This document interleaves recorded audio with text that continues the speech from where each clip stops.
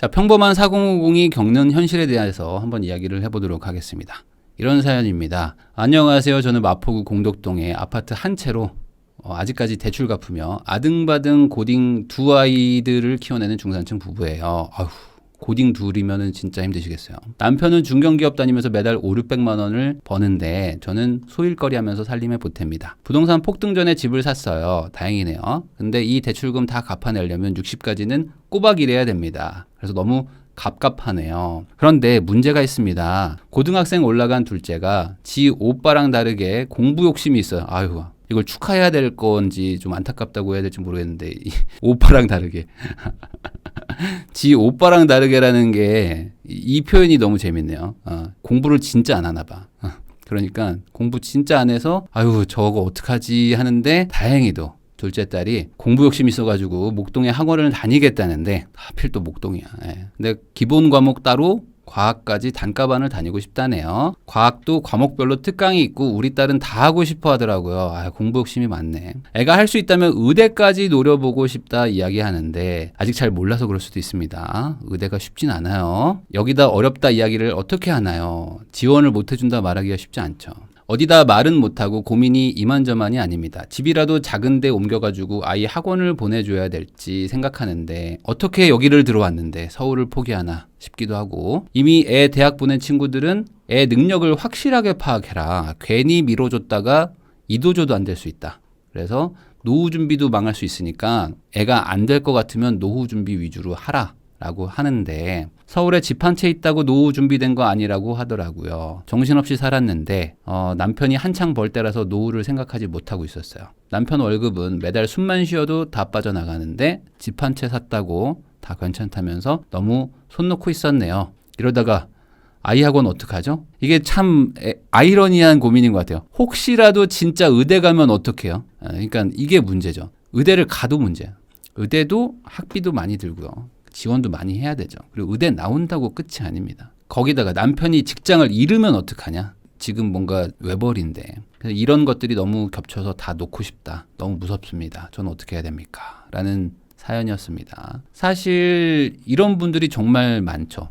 그러니까 집 한 채가 전 재산인 중년 부부가 많습니다. 물론 집이 없는 분들 입장에서는 뭐 배부른 소리 하겠지만 사실 집 하나가 전 재산인 분들도 많고요. 근데 이게 지금 4050 세대들의 고민인데 이 미취학 아동을 키우는 뭐 30대 후반이나 40대 분들은 잘 몰라요. 미취학 아동의 세계와 그 다음의 세계가 다르더라고요. 저도 이제 좀 더 인생 선배분들한테 들어보니까 그 초등학교는 아무것도 아니다. 중학생 정도 되면서부터는 사실상 웬만한 그 일반 회사원 가정에서는 저축이 거의 안 된다고 보시면 됩니다. 거의 안 되고 그리고 이제 고등학교 때는 대부분 적자를 보고요. 그리고 대학교도 뭐 회사가 만약에 지원을 해주면 좋은데 지원까지 안 해준다 그러면 사실상 뭐 이거는 뭐 더 답이 없는 상황이 되고요. 근데 여기는 지금 고등학생이 2명이니까 와 그러면 이건 뭐 지금 장난이 아닌 상황일 것 같아요. 그러다 보니까 재산은 집 하나인데 어떻게 해야 돼요? 자녀를 키워야 되는데 자녀한테 돈이 들어간단 말이죠. 남편이 버는 돈은 500에서 600으로 정해져 있는데 아이한테 들어가는 돈이 더 클 수가 있단 말이죠. 그러면 어떻게 해야 돼요?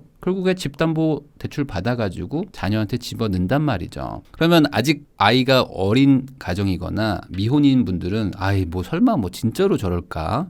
라고 생각을 하시겠지만 이게 자료가 있습니다. 통계청 자료를 제가 가져왔는데 4050 세대가 자산을 가지고 있다면 뭘 가지고 있습니까? 라고 봤을 때 실물 자산이 73.5%입니다. 그러니까 나머지는 뭐 예금 같은 거예요. 뭐 주식도 조금 있겠지만 대부분 뭐 예금이라거나 뭐 무슨 뭐 보험 적금 같은 것들을 많이 들고 계시고요. 주식은 보통 한 10에서 15% 이하로 가지고 계십니다. 그러면 실물 자산 중에서 뭐가 대부분일까 보면은 부동산입니다.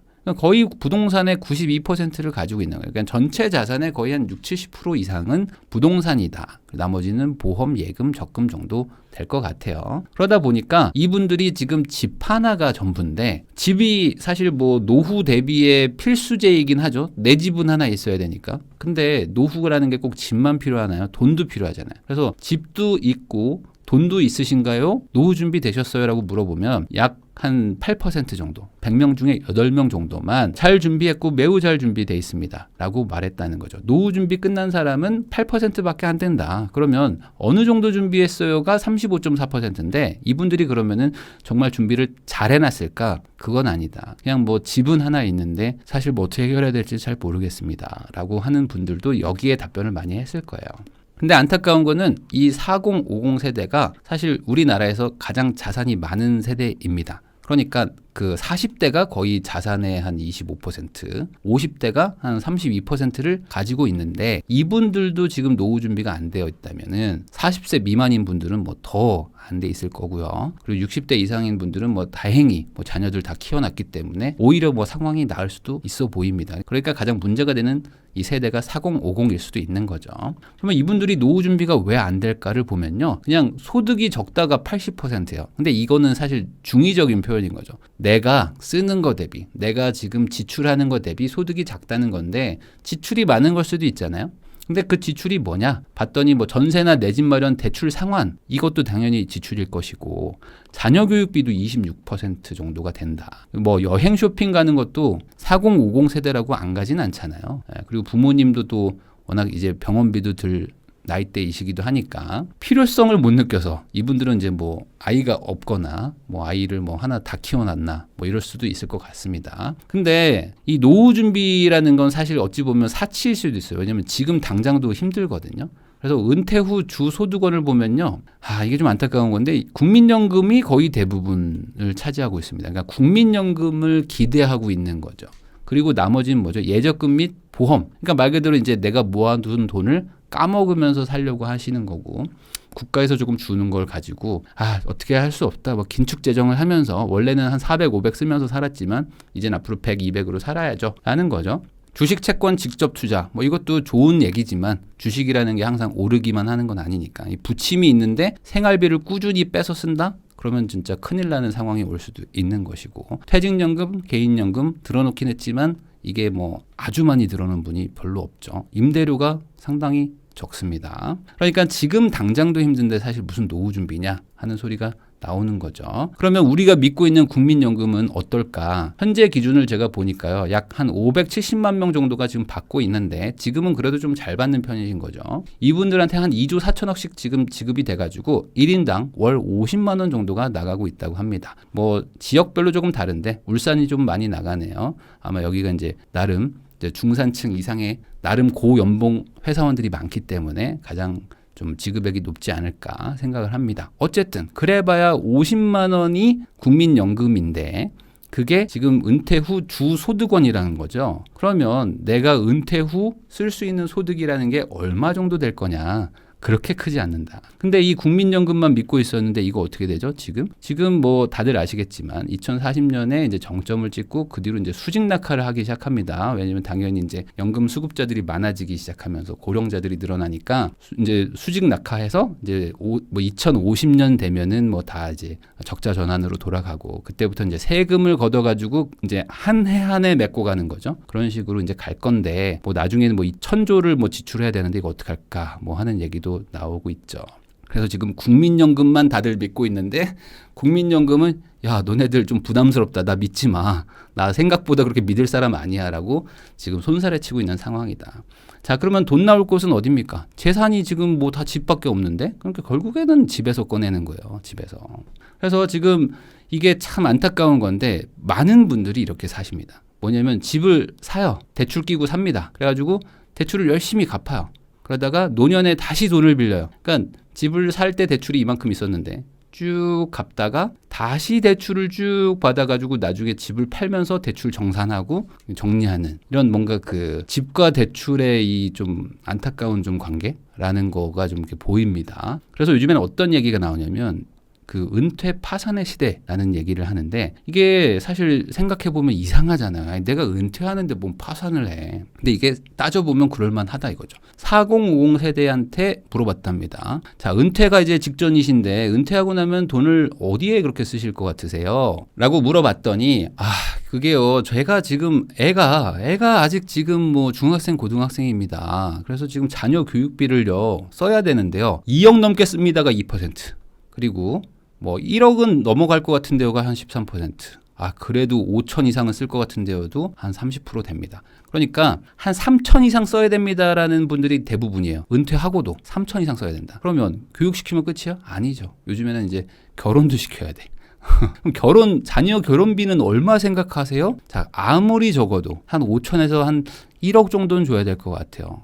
1억 5천은 줘야죠. 2억은 줘야죠. 3억은 줘야죠. 이런 분들도 많다. 그러면 평균 교육비에 7천, 그리고 평균 결혼비용에 1억은 그래도 지원을 해줘야 애가 좀 그래도 좀 자리 잡지 않을까라는 그 걱정이 있는 거죠. 근데 퇴직금은 평균 9,500 정도가 쌓여 있다고 합니다. 그러니까 어떻게 됩니까? 퇴직금 가지고는 답이 안 나온다라는 겁니다. 자, 그래서 이 4050들이 지금 어떤 생각을 갖고 있냐? 2014년도만 해도 좀 은퇴를 좀 빨리 할까요? 라는 분들이 좀 많았는데 이제는 늘어났습니다. 아니요, 저는 70세가 넘어도 일할 겁니다. 저는 어떻게든 일을 더 할 거니까 저를 반대로 은퇴시키지 말아주세요라는 분들이 더 많이 늘어났고요. 이게 18년도니까 지금은 아마 더 늘어나지 않았을까. 그래서 이분들이 고민이 뭐냐 봤더니 노후 준비가 가장 많았고 경제 불안정 같은 얘기인 거죠. 그러니까 내가 그래도 한 40년 살았더니 결국에 노후 준비도 잘 안 돼 있고 경제적으로 불안하다. 근데 아쉬운 건 뭐냐? 여행 등 취미 없이 그냥 일만 하고 살았는데 노후 준비도 안 돼 있는 거예요. 그러니까 내가 즐기면서 살았던 것도 아니고 열심히 살았는데 근데 결국에 지금 뭔가 인생이 풀리지 않는 그 느낌을 받는 거죠. 거기에다가 지금 이제는 계속 앞만 보고 가야 돼요. 애가 학교를 들어가서 학원을 막 다니고 있는데 학원을 끊을 수도 없고 소득이 늘어나지도 않고 지출은 막 늘어나는 상황인 거죠. 그러다 보니까 이런 통계도 있습니다. 이 연령대별 경제적 행복 수준을 봤더니 40대가 최하다. 50대는 조금 더 늘어나긴 하지만 그래서 왜 이렇게 행복하지 않습니까? 라고 물어봤더니 20대는 이제 직장이 없어서요. 30대는요, 집이 너무 비싸요. 40대는 애가 문제입니다. 애 교육을 어떻게 해야 될지 너무 스트레스입니다. 그렇게 해서 애를 키워놨더니 어떻게 돼? 노후가 준비가 안 되는 거예요. 노후 준비가 전혀 안 된 거예요.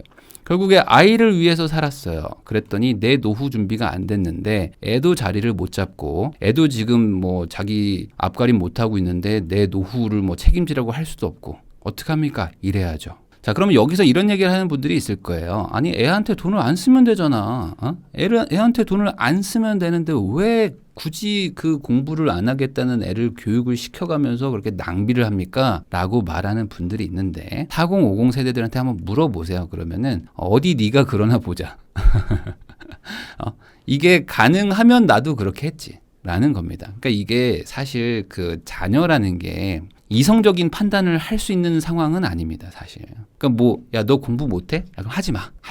하지 말고 너 놀아. 라고 말하는 사람이 사실은 특이한 거예요. 왜냐면 얘가 어찌 보면 내 전부인 건데, 나의 분신 같은 사람인 건데, 얘가 못하는 거를 내가 내비둘 수가 있을까? 그리고 얘가 뭔가 그래도 조금 이제라도 뭔가 해봤으면, 내가 봤을 때 얘가 조금만 더 하면 어떻게 될 것 같은데, 라는 그런 마음을 내가 정말 이성적으로 끊기가 사실 어렵다. 그래서 이게 젊을 때는요, 사실 자산이 중요합니다. 젊을 때는 소득을 늘리는 것도 중요하지만 결국에 자산을 많이 사서 이 자산이 증가하면서 조금 부를 늘려야 되는 거고요. 이 노년에는요, 반대로 자산을 늘리기보다는 이 늘린 자산을 가지고 소득으로 바꾸는 게 중요한 거죠. 그러니까 이게 자산을 늘려서 자산을 계속 늘려가는 게 아니고 어느 정도 늘리면 여기서는 이제 자산 증식을 은퇴하시고 소득으로 전환하는 게 필요하다. 그래서 내 동네를 떠난다. 이게 너무 슬픈 일이잖아요. 어찌 보면 내 집도 있고 내가 여기서 20년 살았는데 여기를 떠나야 된다는 게 감당이 안 된다. 정도 많이 들었고 라는 생각을 하실 수도 있지만 사실 이 내 동네, 우리 동네라는 거의 의미는 내가 주소지가 여기니까 그냥 저는 집도 있고요. 여기가 저희 동네입니다라고 하기보다는 노년으로 갈수록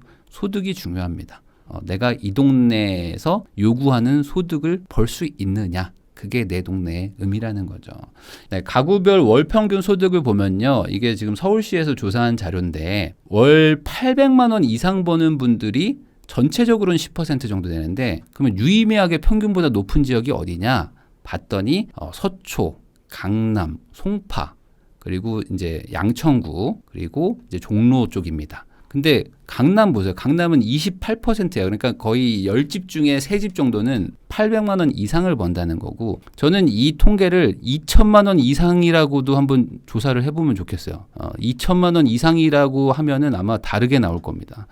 여기서 꽤 많은 사람이 2천만 원 이상 벌 수도 있어. 그만큼 그 부자들의 밀집이 최근 몇 년간 심해졌고, 그리고 이쪽 강남, 서초, 송파, 뭐 용산 이쪽으로 많이 가셨을 겁니다. 그래서 이 정말 그 지역별로 이 소득의 편차가 되게 극단적으로 많이 나거든요. 그런 의미에서 보면 이 지금 뭐 양천구도 상당히 높은 편에 속하죠. 그러다 보니까 내가 뭐 아무리 뭐 지금 내가 이 동네에 살고 있다고 하더라도 결국에 이 동네의 집값이 비싸진다는 거는 그 집값을 감당할 수 있는 조금 더 부자인 분들이 들어온다는 것이고, 그런 것들이 이 동네가 잘 사는 동네가 돼서 좋기도 하지만 나의 소비를 끌어올리게 만들기도 하거든요. 그러니까 결국에 이 어떤 그 지역의 집값이라는 거는 곧 소비와도 또 연계되기도 합니다. 임대료도 올라가면서 점점 더 비싼 물건을 팔고 같은 떡볶이를 먹어도 훨씬 비싸지죠. 그래서 이게 참 슬픈 얘기지만 나한테는 지금 이게 최대치일 수도 있는데 옆집 사는 누군가한테는 너무나 평범한 일이 될 수도 있는 게 이 부동산 주거 환경일 수도 있습니다. 그래서 다시 한번 정리하면은 결국에는 내가 이 동네에서 버틸 수 있는 소득이 준비되느냐가 결국에는 노후 대비라고 생각을 하거든요. 그냥 내가 몇 억 있으면 노후 준비가 됐어요 라는 것도 사실은 좀 틀렸다. 내가 이 동네에서 버틸 수 있는 소득이 있느냐. 좋은 동네에 사는 이유는 사실 살기 좋은 인프라를 이용하기 위해서인 거 아닙니까? 그러니까 이 동네는 너무 좋아, 뭐 가까운데 뭐가 다 있고 뭐 다 편해 하면 결국에 그건 인프라를 얘기하는 것이고, 그러면 이 인프라를 이용을 해야 그 동네에 사는 게 의미가 있는 거잖아요. 내가 뭐 아무리 강남에 살면 뭐예요? 그냥 밖을 안 나가. 그리고 맨날 배달 음식만 시켜 먹고 안에서 컴퓨터만 하고 넷플릭스만 보면은 강남에 사는 이유가 없는 거잖아요. 그러니까 결국에 나가서 그 인근에 있는 인프라를 이용을 해야 되는데, 이 인프라는 결국에 공짜가 아니거든요. 대부분 공짜가 아니고 대부분 비싼 동네는 인프라가 더 비쌉니다. 뭐가 됐든지 간에.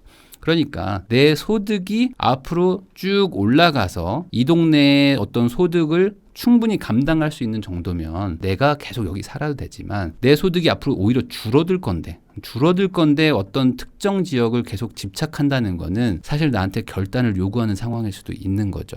그래서 이제부터는 사실 산수의 영역입니다. 그러니까 벌돈은 정해져 있는 거예요. 맞죠? 남편분과 내가 지금부터 열심히 하면은 최대 이 정도 벌겠다. 이 정도 버는 게 이미 정해져 있는 거죠, 그거는. 그러면 그 이후에 뭐 플러스 알파로 은퇴하시고 뭘 하더라도 많이 벌어야 얼마라는 건 정해져 있는 것이고, 그 상황에서 애한테 교육비 얼마 쓸 건지 내가 결심을 해야 되겠죠? 얘한테 얼마 쓸까? 고등학교 들어가서 얘한테 학비를 얼마를 써야 되는 거지? 결혼 자금으로 얼마를 줘야 되는 거지? 라는 거를 빼야겠죠? 그러고 나면 내 노후 자금은 정해져 있는 겁니다. 이 노후 자금은 나이가 어느 정도 좀 그 중년 이상이 되시면은 정해지게 됩니다. 그러면 이거에 맞춰서 내가 살아야 되는 거죠.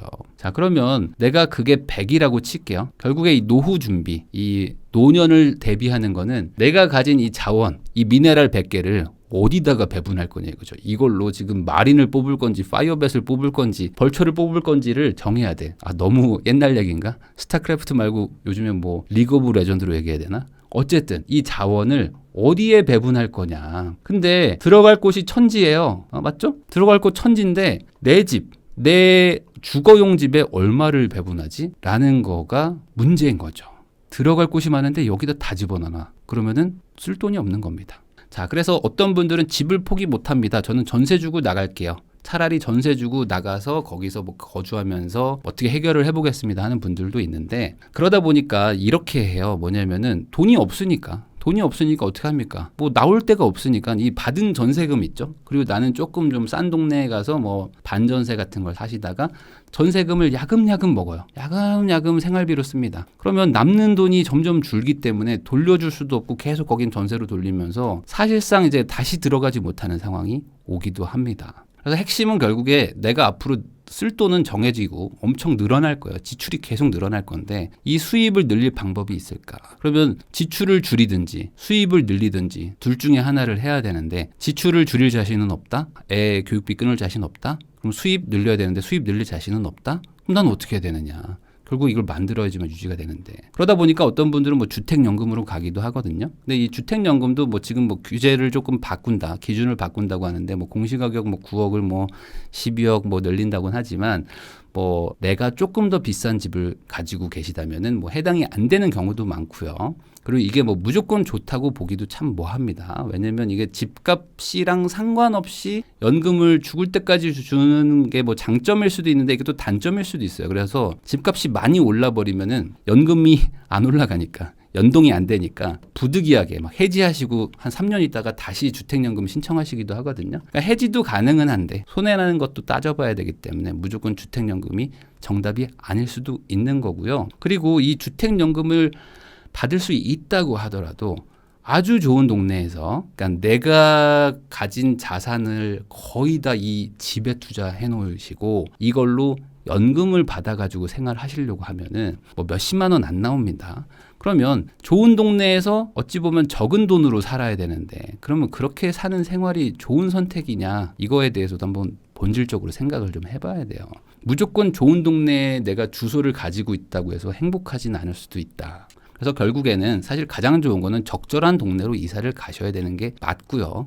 그리고 그 남은 자금을 가지고 또 운용을 해야 되겠죠. 결국에 이 실거주하는 집에다가 돈을 묶어 놓으시면은 우리 가족의 미래도 그 집에 묶이게 됩니다. 그러면은 잘 풀리지가 않는 거죠. 내 미래를 바꿀 수도 없고 뭔가 소득을 늘릴 수도 없고 그냥 이대로 계속 간다. 묶여있는 삶을 살게 되시게 됩니다. 그래서 노후에 전월세 사는 거를 되게 싫어하는 분들도 많거든요. 특히 조금 노년으로 가면 갈수록 어떻게 남의 집에 사냐라는 분들이 많아져요. 이게 어쩔 수 없는 것 같아요. 그런 분들이 점점 많아지면서 기존에 살던 동네에 좀 집착하게 되고 그러다 보니까 집에 돈을 다 집어넣고 없는 돈으로 막 사시려고 하는데 저는 좀 어느 정도 실거주를 내려놓을 필요도 있다. 왜냐면 전 재산이니까. 그러면 이거를 조금 실거주를 좀 낮춰서 어느 정도 이제 거주할 수 있는 지역에 물건 하나 사시고 남은 돈을 가지고 소득이 생기는 자산을 사는 게 사실은 정답인 거죠.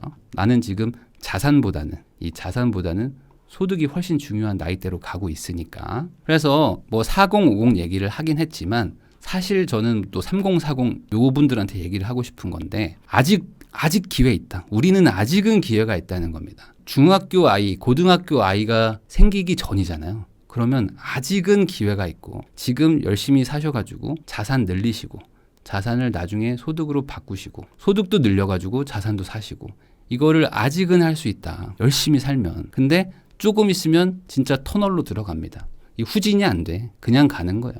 가고 나면은 은퇴가 코앞으로 올 수도 있으니까 지금 빡세게 사시고 4050들은 좀 결단의 시기를 좀 잘 생각하셔가지고 어느 정도 소득으로 바꿀 수 있게 자산을 좀 옮기셔야 됩니다. 라는 이야기를 하고 싶었습니다.